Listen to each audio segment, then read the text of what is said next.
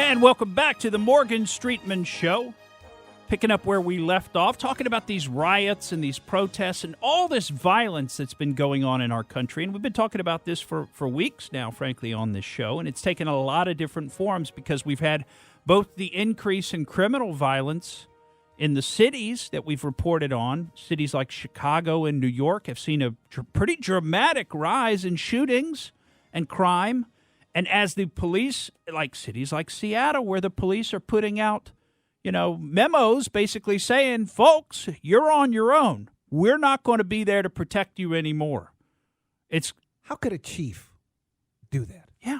Well, I think what's happening, I mean, I agree with you, and it's like, how could you abandon your post? You're essentially abandoning your post. This is a job that you asked for. It's a job that you've been hired to do. Took an oath.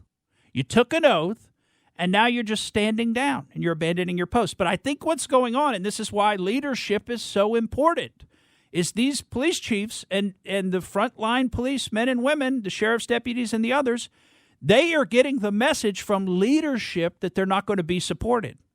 They're not going to be supported. So if they go out to quell these riots or they try to stop this violence, they may well find themselves facing charges of one form or another from some of these mayors. Tough job. I mean, what a thankless job. I mean, it's, and we've talked about it on the show, people are not going to want to become law enforcement officers. We use that term, I use that term kind of broadly because I was thinking about it last week. I said something about the top law enforcement officer. We were talking about the Oregon Attorney General who sued the federal government, if you remember, for some of these supposed illegal arrests that were going on, where the federal government came in to protect its own property, that came in to protect federal courthouses. Totally legal. That's completely and totally legal. And the Oregon Attorney General tried to make up some thing like, oh, you can't bring federal troops into our state unless we ask. Well, of course they can. I mean, it's these people are just making it up as they go along. And you know what's so sad is that the media is part and parcel of it. They're part of the problem because the media doesn't say to the people when they run this story, they don't say the Oregon Attorney General is way out of line. There's no legal precedent for her position, etc. They just act like, well, it's probably true. The Oregon Attorney General is probably telling the truth. That's the way they run the story. And the federal government shouldn't be sending these unmarked troops in to protect its own property. But that's the opposite of the truth. But the media is not performing its function to actually do any analysis and say, here's the story, but hey, we looked into it, and the Oregon Attorney General is way off base. Well, anyway, last week I referred to her as law enforcement because, as we know, the Attorney General is actually the top law enforcement officer in the whole state. But, I got to thinking maybe that was a little confusing because people may think I'm criticizing the actual cops and deputies on the front lines, and that wasn't what I was criticizing. I was criticizing the Attorney General. So what we've got in this country right now is a failure in leadership, and it's in all these Democrat-controlled cities where that's going on. That's where you see the big failures in leadership, Democrat-controlled cities. And, do you think it might be political? Could they be allowing these things to go on for a political purpose to keep their cities and towns economically shut down? Because any price is worth it if we can get rid of President Trump. They're willing to pay any price, including if we have to destroy half the city. We'll rebuild once Biden comes into office. I mean, I guess that's their attitude, but it's really showing up in a lot of different ways. You've got criminal violence, you've got riots going on, you've got the destruction of property, destruction of statues, the erasing of history, very tragic situation. And then you've got just straight up murders, just murders. And are they politically motivated? Well, we don't know. And now we wanted to share a story with you, and we shared one just a few minutes ago about a black Trump supporter who was going around live streaming in Portland and got stabbed by one of these Antifa goons. Well, now here's a story. This one's out of Milwaukee, Wisconsin, of a gentleman who's now deceased named Burnell Trammell. He's 60 years old. He was very well known in town because he was an activist. He sort of makes these hand-painted signs, And a lot of the signs say basically vote Trump 2020 or some version of that. And he, again, black guy, dreadlocks, you know, he would go around town with his signs. He was very well known in town.